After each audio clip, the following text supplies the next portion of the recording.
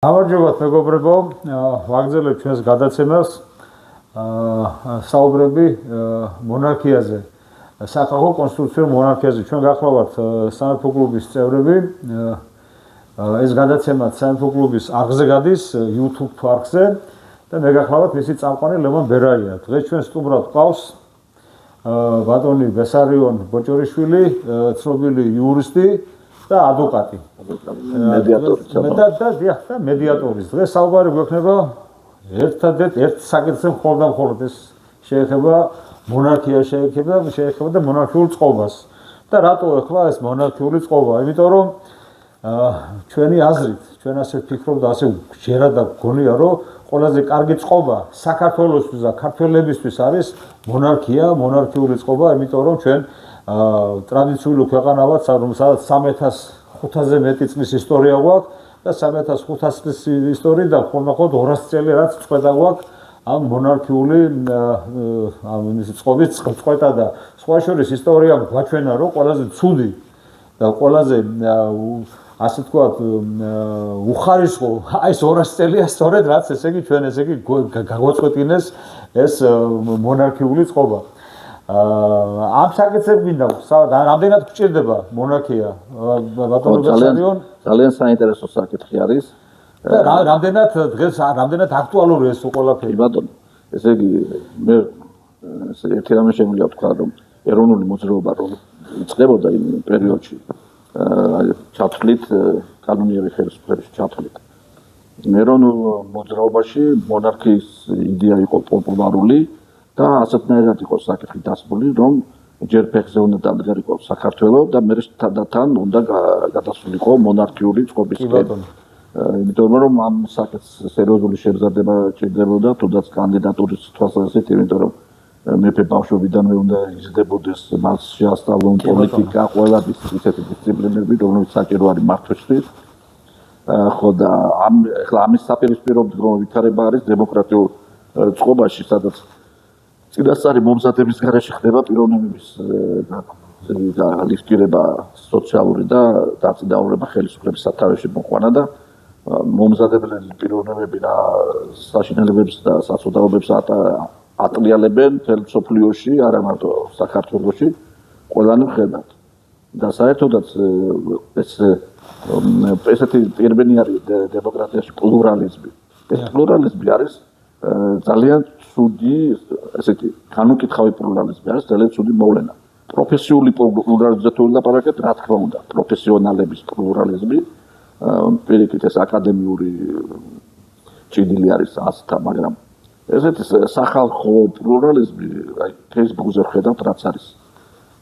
საერთოდ რომ ვერ ერკვევა საკითხი და რომ ამტკიცებს თავისი დათქვამი როგორია, რომ საბოლოო ჭეშმარიტება არადა სახელმწიფოს მართვა არის ურთულესი პროფესია. კი ბატონო, რა თქმა უნდა. და წლების განმავლობაში ჭირდება მომზადება და გამოცდილების მიღება, არა მარტო თეორიული მომზადება. კი ბატონო.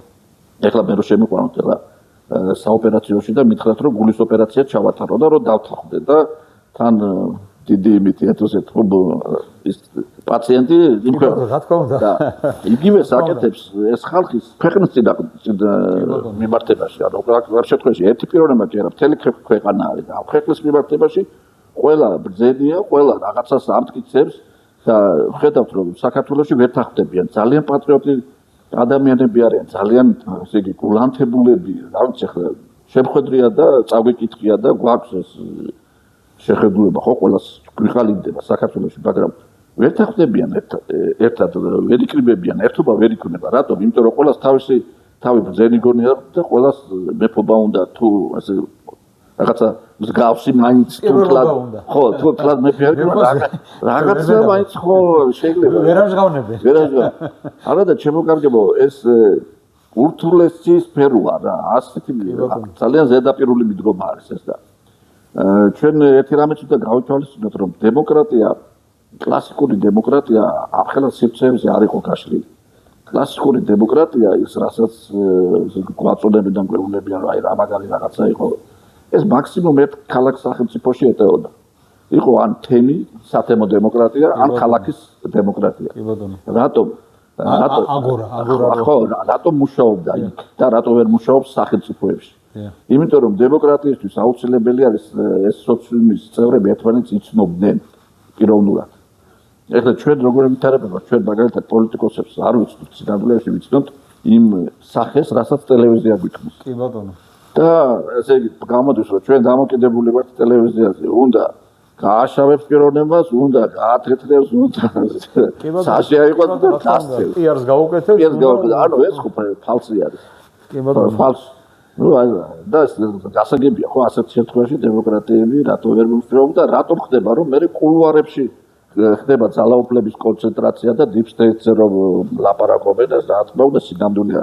ახალი სინამდვილე კი არ არის ბოლო 200 წელია თუ მეტი არა სოფლიო ასეთნაირად მასმერე რაც მონარქიები დაამხეს ამ ეს ბურჟუაზიული საფრანგეთის ბურჟუაზიული და სამრეწველო შემაკიდა შეზღუდეს ხო მასმერე სწორედ ასეთი ვითარება შეიქმნა რასაც ხედავთ ну თავდაპირველი განზრახვები რამდენად კეთილშობილი იყო ვიღაცისთვის კეთილშობილური იყო მე ამარ გილიოტინის გამოგონებაც მოიტანა ხოცვაჟი ლეტვა არ შეიძლება ხალხის მართლობა ეს არის ნონსენსი ხალხმა უნდა თავისი ინტერესები გამოხატოს უნდა იყოს ორგანო სადაც თავის ინტერესებს შეიტანს აი პარლამენტი რასაც ქვია კი ბატონო იქ მოხდება ცალკეული რეგიონების ინტერესების სფეროების ინტერესები ანუ ბიზნეს ჯგუფების ვიღაცების ინტერესების შეჯერება კანონმდებლობის შესაბამისად ჩამოყალიბება მაგრამ ქვეყნის სტრატეგიული მმართველობისთვის საჭირო არის პროფესიონალი გუნდი რომელიც იზრდება ბავშვობით ეს იყო მეფე სამეფო კარი ასეთი იყო ამას უზრუნველყოფდა სამეფო მართვისთვის რა თქმა უნდა და ჩვენს ისტორიასაც რო გადავხედოთ ესე იგი 1-2 უღირსი მეფე თუ იყო კი ბატონო თუ არა და ყველა აბსოლუტურად ესე იგი ძალიან მაღალი განათლების და შემართების და პატრიოტი კი ბატონო მეფეები იყვნენ ახლა სადღაც გაუმართლა რომელიღაცას სადღაც არ გაუმართლა ეგ უკვე სხვა საქმეა იმიტომ რომ საქართველოს ისეთ ტერიტორიაზე არის ესე იგი დაფუძნებული რომ სოფლიო ცივილიზაციების ინტერესების კვეთაზე ვართ კი აი ესე ძალიან ესე გეოპოლიტიკურად ძალიან ისე გეოპოლიტიკური ცენტრი არის საქართველოს და კავკასია და კავკასიაში საქართველოს რა თქმა უნდა ასე იგი დაახლოებით მარტივად შეიძლება რამოდენიმე იმათ დავყოთ მაგრამ მარტივად რო ჩამოვაყალიბოთ ეს არის ჩრდილოეთის გეოპოლიტიკური ვექტორი დღეს რუსები მანამდე მონღოლები უფრო ადრე ყივჩაღები სკვითები და ასე ანუ ვექტორი რომელიც ჩრდილოეთიდან მოემართება კავკასიისკენ და კავკასიის ყელის გავლით მთელი სამხრეთისკენ დასავლური ვექტორი ასევე დასავლური ვექტორი დღევანდელი დასავლეთი ასე კოლექტიურ დასავლეთსაც უწოდებთ და ცხადია ხო დასავლური ცივილიზაცია სამხრეთული ეს არის ისლამური ცივილიზაცია და აღმოსავლური შორეული აღმოსავლეთის ჩინური და მონღოლოიდური რასის ცივილიზაცია აი ასეთი იმაში არის საქართველოს დაფუძნებული და საერთოდ ცოტა გამიგრძელდა იცით არა რა თქმა უნდა ამისთვისაც სალაპარაკოთ საერთოდაც ერთი რამე უნდა ვიცოდეთ რომ სახელმწიფოები ფუძდება ერები ყალიბდება გეოპოლიტიკური მოცემულობის შეკვეთით ასეთ შეკვეთა დავარქვით ყველა ტერიტორიაზე მუდმივად არსებობს ერთი და იგივე სახელმწიფო შეიძლება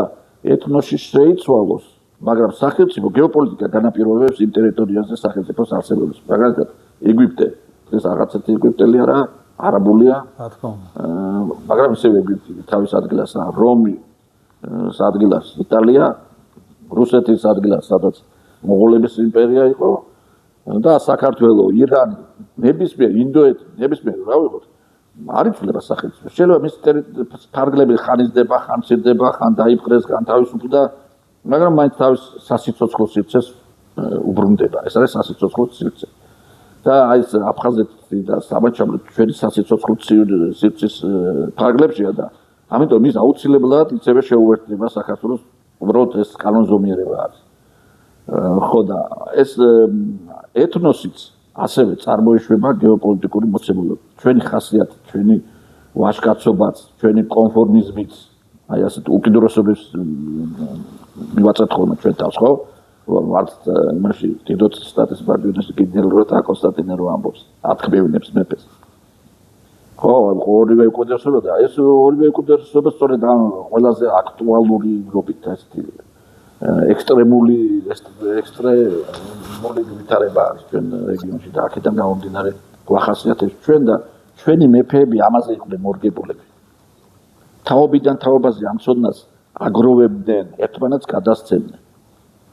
ეს წვეთა თქვენ რაც თქვით, რა თქმა უნდა ძალიან მძიმეა და ამისი ხელახალი მშვენივრობა უნდა დაიწყოს ისევე უფლისწულის აღზრდით. რა თქმა უნდა. ხო და რაც შეეხება ესე იგი მე მიმაჩნია რომ და არა მარტო მიმაჩნია, ახლა არ ვიტყოდი მე მიმაჩნია რომ ეს რაღაცა ჯგუფში ჩამოყალიბებული აზრი არ იყოს. რომ კი ხედავთ შემოკარგებო რომ ქართველებს სწორედ ეს თვისებები თქვათ ეს ამბიციურობა რომელიც ბრძოლაში ეხმარებოდა და ბედავდა 100,000-ით შემოდა 1-10-ზე გასულიყო ხო ამას ხო ეს ხო ამბიცია ეს ხო ძალგულობა შეუპოვრობა ავანტურიზმიც არის ეს ამ ისტორიამ გამოგვიმუშავა ამ გეოპოლიტიკურ მაგრამ რომ მოცილდა ეს თავი ის ქვევითაც ეს იკრიბებოდა აღმოჩნდა რომ ეხლა ყველა ამბიციური ვართ ყველა მაგარი ვართ და რა უნდა ვქნათ ერთმანეთს ვჭამთ არა მე უფრო მაგარი ვარ არა მე უფრო მაგარი და თან დაჯერებულები ვართ ეხლა აი რო ხვდები ადამიანია კარგ ქართველებს ესე დარწმუნებულია რომ ის რასაც ფიქრობს სწორედ ის გადაარჩენს საქართველოს და რამე კომპრომისს ვერ უშვებს ეს გენეტიურად გვაქვს ხალხო და არ ვიცი ახლა მე ვერ ხედავ სხვა გზას რომ თუ არა ვიმუშაოთ იმისთვის რომ ესე იგი ავაშენოთ ნელა საფუძვლიდან კი ბატონო საინტერესოა ეს წარსული რასაც ახლა ჩვენ საუბრობთ ეს უნდა იცოდეს ხალხმა და უნდა იცოდეს ეს ყველაფერი ახლა ეს გეოპოლიტიკურად რამდენად საჭიროა ეს აი მარტო მე არა მაყურებელსაც და ძალიან ბევრს ადამიანს საქართველოს შეინტერესებს შემდეგ რა თავშოთ არის მონარქია. რა სიკეთე შეიძლება მონარქია მოგვიტანოს? ხო, მანამდე თქვათ როგორი მონარქია, იმიტომ რომ მაგასაც გადამწყვეტი მისკრობა. რა თქმა უნდა. ეხლა ჩემი მეგობარი არის, ჩვენი საერთო მეგობარი კიამ ამალაძე და კი ბატონო. მისი ჩამოყალიბებული არის ეს თეორია სახალხო მონარქიის შესახებ. სახალხო კონსტიტუციური კი ბატონო, გულისხმობ ხოლმე მაგას რა. გთხოვთ, მომიტევოთ და გაითვალისწინოთ. და სახალხო კონსტიტუციური მონარქია სწორედ არის ის ტიპი მონარქიის, რაც საქართველოში იყო. ჩვენ რა მონარქიებსაც გვასწავლდნენ სკოლებში, ეს იყო რუსული, ევროპული და ასე შემდეგ და საქართველოში არ იყო ასეთი მონარქია. სხვანაირი მონარქია. კი ბატონო. და შეგიძლია პატრონყმობაზე იყო დამოკიდებული. პატრონყო, ჯერეთი პატრონყმობაზე იყო ფეოდალისა და კი ბატონო. მე ხშირად ხშირად ვიმეორებ ამას, აკვირა მეფე მსახურებოდა ხალხს და არა ხალხი მეფეს. და მეორეც 12 წმინდანი ყავდა. კი ბატონო, და მეფე იყო სახალხო გმირი. რა თქმა უნდა. და იმას ეს რო პარტიები არის, ხო? მასე იყვნენ ის ფეოდალები. იმ ფეოდალებს ხალხი მხარდაჭერით აწყდარებდა, აშოშბინებდა და ალაგებდა მეფე. კი. ანუ ეს კავშირი ჩვენთვის დამახასიათებელი იყო ეს ხალხისა და მეფის კავშირი. რა თქმა უნდა. და ეს უნდა მამაშვილური დამოკიდებულება იყო. გარდა ამის ეხლა აი თერგდალეულებიც რა ავიღოთ, ხო? ვინ ზოგი ამოცილია ის იყო ლიბერალი იყო, მეც აი შინაგან მეხინება შეიძლება მომიტევოს უფალმა ეს შეურაცხყოფელი შეიძლება იყოს ადამიანის მიმართ ეს თქვა, ხო? როგორ შეიძლება თერგდალეულები ლიბერალები ყოფილიყვნენ? ისინი იყვნენ ტრადიციონალისტები. მონარქიის ყველა მათი ნაწარმოები დიდი მეფეების დიდება არის და ან მისტირიან რომ აი რა დიდება ქონდა და ეხლა რა დღეში ვარ უმეფობის პერიოდში. ეს არის ჩვენი ქართული ნაციონალიზმი ამავე დროს. ესე იგი მე თვითონ ნაციონალისტი ვარ შინაგანად და ყველა თელი ჩემი საქმიანობა ყველანაირად. და რომ უყურებ ახლა ნაციონალიზმებს სხვადასხვა ქვეყნებს, ხო, ყველას თავისი ნაციონალიზმი აქვს. ჩვენი ნაციონალიზმი ეს არის. სხვანაირად ეს მის ყველა ხო, ყველას თავისი მენტალიტეტი. ნუ იქ ვთქვათ გერმანიაში ნაციონალ-სოციალიზმი, მაშინ იტალიაში ფაშიზმი, ფალანგიზმი, ესპანეთში და ასე შემდეგ და სხვათა შორის საინტერესოა რომ ყველა ქვეყნის ნაციონალისტი ამავე დროს არის ან მომხრე მონარქიის თავის ქვეყანაში. ან ესე იგი არ ეწინააღმდეგება მინიმუმ მუსოლინიც ასე იყო მაშინ იტალიაში, იმას ის ესპანეთის მაგალითი კიდე საერთოდ ფალანგისტებმა მოიყვანეს ხო ხელისუფლებაში. ხო და ჩვენთან კიდე ჩვენ ამის ტრადიცია, ჩვენ ნაციონალიზმი არის მონარქიზმის ტრადიცია რა, ჩვენ ნაციონალისტური ტრადიცია. როგორც გითხარით, აი ბოლო პერიოდის ეროვნული მოძრაობაც ამას ითვალისწინებდა და ცენტრალურები ხო საერთოდ. იბა ძალიან საინტერესოა ეს ყველაფერი, იმიტომ რომ ჩვენი მენტალობაც თვითონ არის უფრო იმისკენა მიმართული, რომ ჩვენ აი ეს ჩვენთვის უცხო იყო ეს ყველაფერი, დავუშვათ უმეფობა იყო უცხო. ხო და ამან რაღაცა ძალიან ცუდი შედეგი გამოიყო ჩვენს ცნობიერებაში, ძალიან ცუდად იმოქმედა ამ ყველაფერზე ჩვენზე. ხო და ალბათ უნდა ეს ამის გამოსწორება ერთადერთი და კიდე რა არის კიდე ერთადერთი რაც ესე იგი რისთვისაც ქართველს შეიძლება დაჭირდეს მონარქი არის ის რომ ჩვენ ქართველები ცოტა ამბიციურები ვარ და ყველა 3 მილიონი ნახევარი ქართველება და 3 მილიონი ნახევარი ქართველი რო გაუშვა ყველას პრეზიდენტობა უნდა ეს ყველა შეძლებს ყველა რო გითხო კი კაცო იმის არ იყოს რა ვქია რამაზ ჩხიკვაძეს ერთად ინტერვიუში ისა რა ვქია კიო კაცო ესე იგი ექიმობა არაო აბა ისაო პოლიტიკა კიო პოლიტიკა ყველაზე ადვილი გონია ამიტომ აქედან გამომდინარე ძალიან ხშირად არის ესე იგი დაპირისპირებები კაცო ძალიან ამდენი პარტია ამდენი რაღაცა და თან მაპარტიაც შეგაწყვეტინებ თან დღევანდელი საერთაშორისო რეგიონული ვითარება რო ავიღოთ ხო ტრადიციულად საქართველოს მეფე იყო მთელი კავკასიის მეფე. კი ბატონო, ეს კი ბატონო, ამაში თქვენზანეთ რა. არა, მე მინდოდა რომ თქვენთვის დამესვე ისა გამერთიანებელი გამერთიანებელი როგორც შიგნით ერის გამერთიანებელი, ამდენი პარტიის გამერთიანებელი შეიძლება იყოს. კი არა, იქნება ყველაფერი. არც ერთ პარტიის კუთვნილება არ იქნება და იქნება არბიტრი იქნება ასე თქვა და. შემდეგ ესე იგი ამხელა კავკასიის ფაქტურად ხო ასე იყო გასულ თვითონ ტიტულატურაშიც იყო ჩამოთვლილი იყო და ასეც იყო ეს აი აფხაზეთთან მიმართებაში დაუშვათ აფხაზეთთან მიმართებაშიც და დღევანდელი აზერბაიჯანი იქნება თუ ყარაბაღი იქნება სამხრეთ ოსეთი ჩრდილოეთ ოსეთი არ არის ესე იგი შირვანის ბარტელი იყო თუ ის იყო ან სპარსეთის დაქვემდებარებაში იყო ან საქართველოს მეფეს დაქვემდებარებაში და აი ხლა დღეს რომ წარმოვიდგინოთ თქვა ხო ესეთი განათლებული კარგად აღზრდილი პატივით და დიდებით მოსილი მეფე საქართველოს რო ყავდეს არა თქვათ ისე ვირტუალურად წარმოვიდგინე მაშინ კავკასიაში შიდა კავკასიაში პოლიტიკა დაალაგდება ამის მიხედვით მოსაზღვრე ესე იგი რესპუბლიკები ეს აზერბაიჯანი სომხეთი და ხალხებიც რუსეთის ჩრდილოეთ კავკასიაში რუსეთში მცხოვრები ხალხებიც ხო შესაბამისად დაალაგდებიან იმიტომ რომ ამის ტრადიცია არსებობდა ანუ ეს ამას ძალიან დიდი მნიშვნელობა აქვს შინაგან განწყობას, შინაგან მიმართებას და ეს რახან არსებობდა და ეს მიმართება მე თავისთავად კეთილ განწყობას წარმოადგენდა გარკვეულ ანუ იერარქიებს არჩევს. კი ბატონო, თქვენ როგორც იურისტი მინდა ასეთი შეკითხვა დაგისვათ, მართლა მაინტერესებს ეს. დავიშვათ 1800 პირველ წელს, სადაც ჩვენ ესე იგი შევწყვიტეთ საფებრიო ანუ ესე იგი მონარქია აღარ ყავს 1800 პირველი წელი და შემდეგ იყო კიდე ესე იგი იმერეთის სამეფო რომელიც ესე იგი 1810-ში მე მგონი თუ 15-ში ზუსტად არ მახსოვს ხო ნუ იქითაც გადავიდა რუსები და ხო შეწყდა დავუშვათ მონარქიის აღდგენის შემთხვევაში დაუბრუნდებით თუ არა დავუშვათ იმ ადგილს საიდანაც შევწყვეტეთ ეს ყველაფერი იურიდიულად კი ბატონო ანუ ის რაღაცა იურისდიქცია რაც იყო და როგორც იყო იმას დაუბრუნდებით თუ არ დაუბრუნდებით ასე ანუ ეხლა ჩვენ ფაქტიურად ამ საკითხით გადავდივართ დღევანდელი ხელისუფლების ლეგიტიმურობის საკითხსაც გადავდივართ დიახ ეხლა აქედან დავიწყებ რომ დღევანდელი ხელისუფლება ვერ არის ლეგიტიმური და ვერ იქნება ვერც ხელისუფლება ვერც მისი ოპოზიცია არსებული პარტიები ერთი მარტივი მიზეზის გამო რომ დღეს საქართველოს არის კოლონია ყველა თვალსაზრისით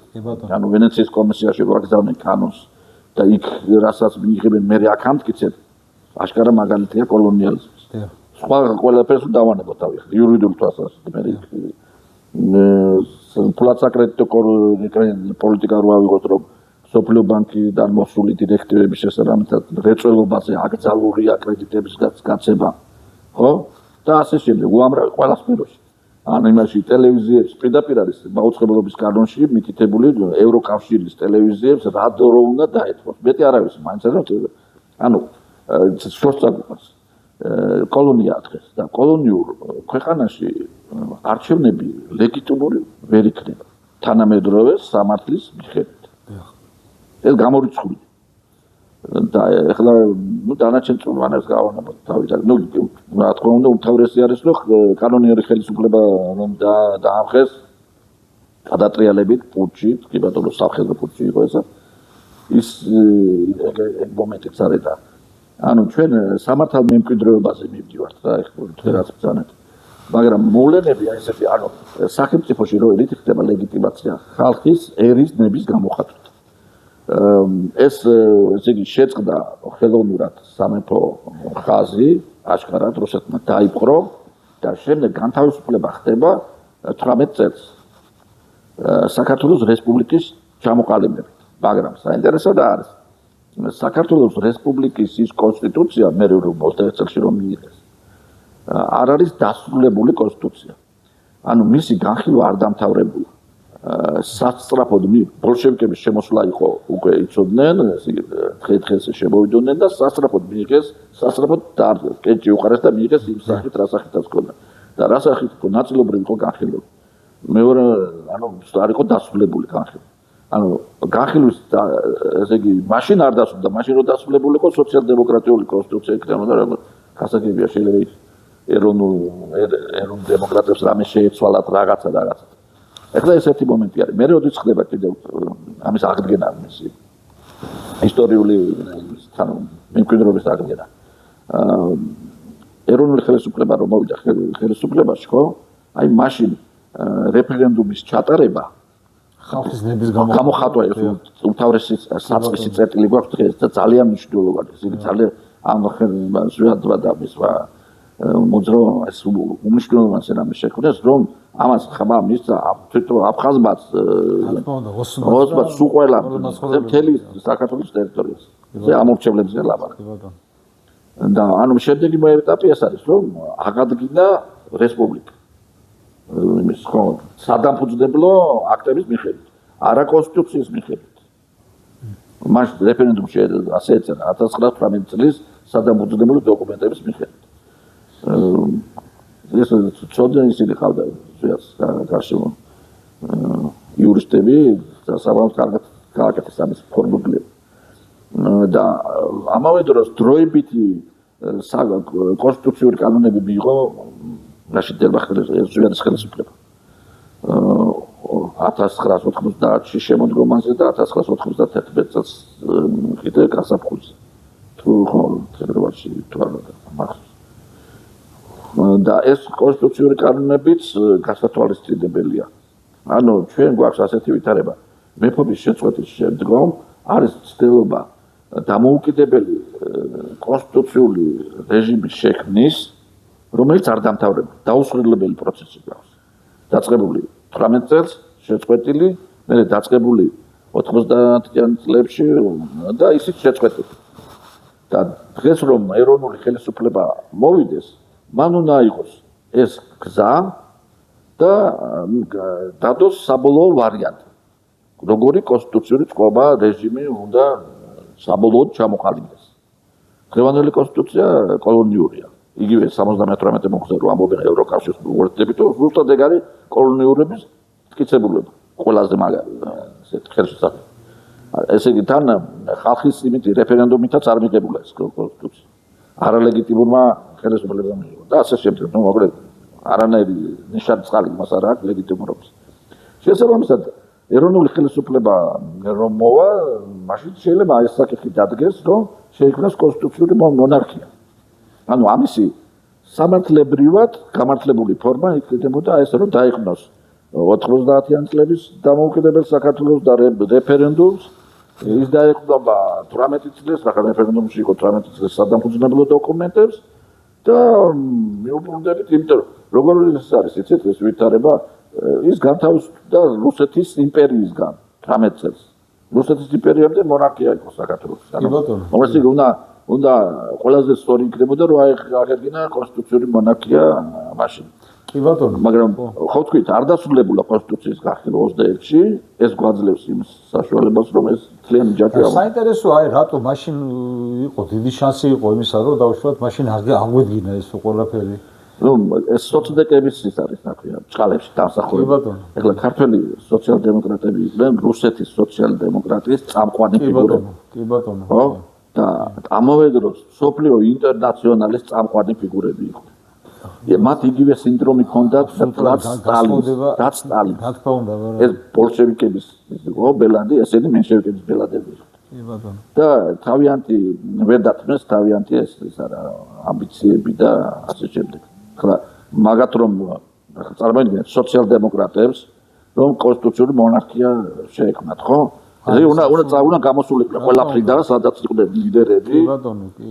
ისედაც თავად სამხედროობა არ იყო შეუძლებელი აბსოლუტურად დასწორებულია და ამიტომ აბსოლუტურად თან ეს სოციალ-დემოკრატია მარქსიზმი თვითონ ხო ვიცით ქრისტეს შეიქმნა ეს შეიქმნა მონარქიების დასამხობა ქვეყნებში მოსახლეობის ერთმანეთთან დასაპირისპირებლად ანუ ესე თავადასხმა ფენება დაყოფა დიდრები და კარგები და ერთმანეთს დააჯახონ და რევოლუცია გამოიწვია მაშინ როდესაც ჩვენთან როგორც ვთქვით სხვა სოლიდარობა იყო არ იყო ეს სოლიდარული იყო ეს ხაზი უნდა გაგრძელდეს კონსტიტუციური მონარქიაში და ალბათ ამ ხრივადაც მოგვიწევს ჩვენ როგორც მონარქისტებს ალბათ მუშაობა რომ ხალხს დავანახოთ მონარქიის სიკეთე ეს თუ ვერ დავანახეთ ჩვენ ხალხს მონარქიის სიკეთე აი დავუშვათ აი 70 წელი და მანამდე კიდე ესე იგი 120 წელი სულ იმაში ვიჯექით რა ქვია გენებაში ასე თუ შეიძლება მაქსიკეთეზე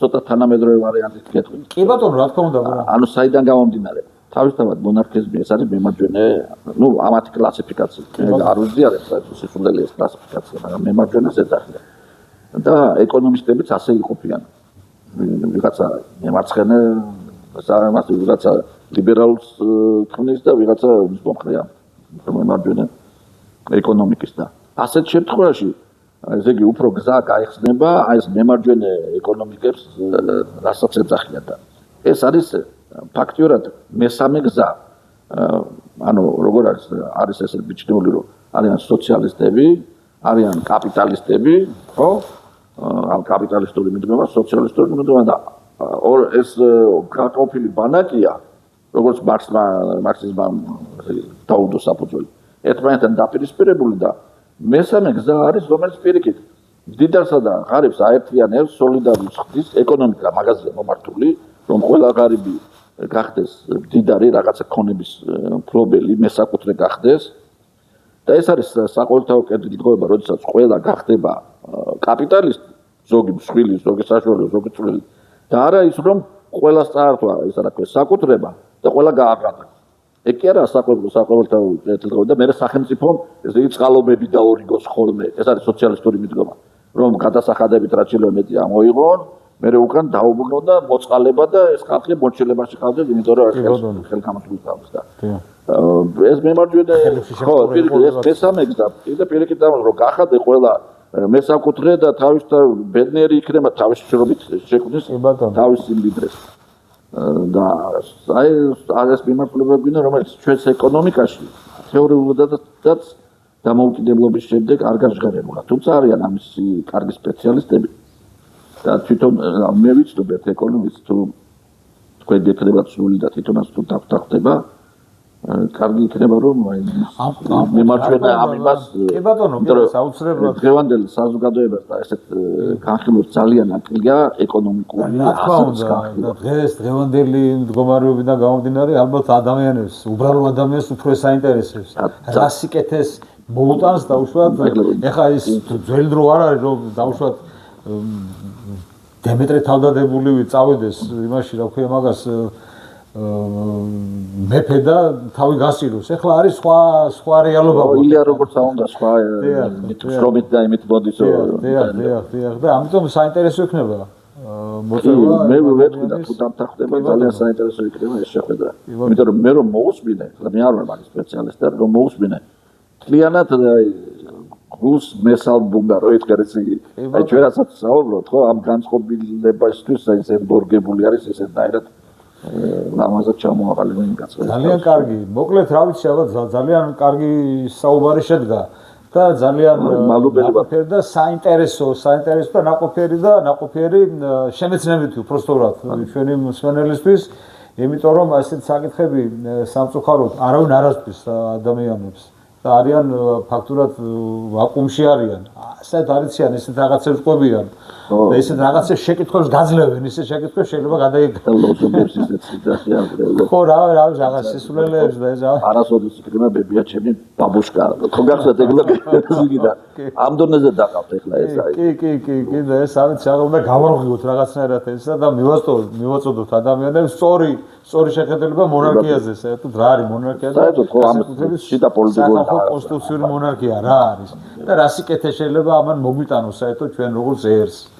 მოკლედ რა ვიცი, უღრმესი მადლობა სტუმრობისთვის და სტუმრობისთვის კი არა, ჩვენი გადაცემაა, ჩვენი საალფო-კლუბის გადაცემაა და კარი ყოფის ღიაა თქვენთვის, როცა გექნებათ ისი სურვილი და საშუალება, შეგიძლიათ მომზადდეთ და ჩავწეროთ გადაცემები და ჩვენი სატყივარი მოვახსენოთ ჩვენს ხალხს და ჩვენს ერს. დიდი მადლობა. მადლობას.